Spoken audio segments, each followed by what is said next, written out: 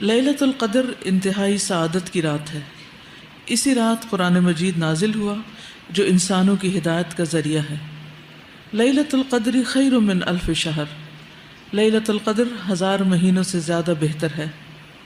یہ رات طلوع فجر تک سراسر سلامتی کی رات ہے۔ اس رات کی فضیلت میں پوری سورۃ القدر نازل ہوئی۔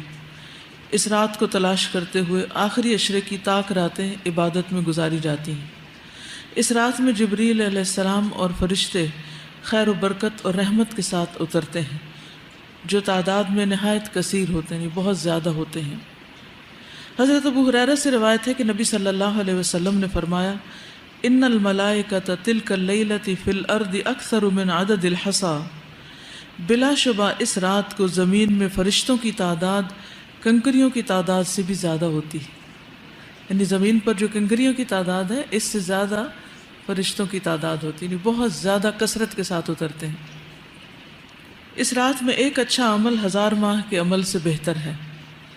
اس رات میں ایک اچھا عمل، یعنی آپ تسبیح کریں، حمد کریں، اللہ کا ذکر کریں، کوئی بھی صدقہ خیرات کریں، نماز پڑھیں، تلاوت کریں، کوئی بھی اچھا کام آپ کریں عبادت کا، تو وہ عام دنوں میں کرنے سے کہیں زیادہ بہتر ہے، یعنی 1000 ماہ کے عمل سے بہتر ہے۔ حضرت انس بن مالک سے روایت ہے کہ رمضان آیا تو رسول اللہ صلی اللہ علیہ وسلم نے فرمایا، یہ مہینہ جو تم پر آیا ہے اس میں ایک ایسی رات ہے جو 1000 مہینوں سے بہتر ہے۔ جو شخص اس رات سے محروم رہا وہ ہر بھلائی سے محروم رہا۔ جو اس رات سے محروم رہا وہ ہر بھلائی سے محروم رہا۔ اس رات کی سعادت سے صرف بد نصیب کو ہی محروم کیا جاتا ہے۔ تو اس لیے پوری کوشش کریں کہ اپنی انرجی کو سیو کریں اس رات کی خیر و بھلائی پانے کے لیے اور اچھے اچھے کام اس میں کرنے کے لیے۔ لیلۃ القدر کی تلاش رمضان کے آخری عشرے کی طاق راتوں میں کرنی چاہیے۔ حضرت ابن عمر کہتے ہیں کہ رمضان کے آخری عشرے میں شب قدر تلاش کرو، پھر اگر تم میں سے کوئی کمزوری دکھائے یا عاجز ہو جائے تو آخری 7 راتوں میں سستی نہ کرے۔ ایک ہفتہ جو ہے لاسٹ ویک، اس میں سستی نہ کرے۔ شب قدر کی راتوں میں قیام کرنا گناہوں کی بخشش کا باعث ہے۔ حضرت ابو ہریرہ سے مروی ہے کہ نبی صلی اللہ علیہ وسلم نے فرمایا، جو شخص ایمان اور ثواب کی نیت سے شب قدر کا قیام کرتا ہے اس کے پچھلے گناہ معاف کر دیے جاتے ہیں۔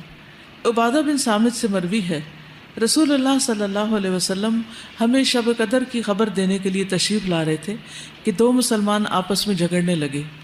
اس پر آپ نے فرمایا، میں آیا تھا کہ تمہیں شب قدر بتا دوں، لیکن فلاں اور فلاں نے آپس میں جھگڑا کر لیا اور اس کا معین وقت مجھ سے اٹھا لیا گیا۔ امید ہے کہ تمہارے حق میں یہی بہتر ہوگا تاکہ تم ایک سے زیادہ راتیں عبادت کر سکو، لیکن حقیقت یہ ہے کہ آپس کے جھگڑے، فساد اور غیر ضروری چیزوں میں دلچسپی انسان کو بہت سی نیکیوں سے محروم کر دیتی۔ شب قدر کی علامتیں، رسول اللہ صلی اللہ علیہ وسلم نے فرمایا، شب قدر کی صبح کو سورج کے بلند ہونے تک اس کی شعاع نہیں ہوتی، کرنیں نہیں ہوتی، وہ ایسا ہوتا ہے جیسے تھالی۔ پچھلی رات کا چاند کبھی دیکھا آپ نے؟ نہیں، جب چاند غروب ہو رہا ہوتا ہے تو بالکل ایک تھال کی طرح ہوتا ہے اور اس میں سے روشنی نہیں پھوٹ رہی ہوتی، جسے فجر کے قریب آپ دیکھیں۔ تو اسی طرح جس رات شب قدر ہوتی ہے، اگلے دن صبح سورج نکلتا ہے تو اس میں سے روشنی کی کرنیں نہیں پھوٹ رہی ہوتی، روشنی نہیں دے رہا ہوتا، یعنی سورج نظر تو آ رہا ہوتا ہے لیکن اس کی شکل مختلف ہوتی، آپ اس کو آنکھ بھر کے دیکھ سکتے ہیں۔ حضرت ابن عباس سے مروی ہے کہ رسول اللہ صلی اللہ علیہ وسلم نے فرمایا، شب قدر آسان اور معتدل رات ہے جس میں نہ گرمی ہوتی ہے نہ سردی ہوتی ہے۔ اس صبح کا سورج اس طرح طلوع ہوتا ہے کہ اس کی سرخی مدھم ہوتی، ڈل ہوتا ہے۔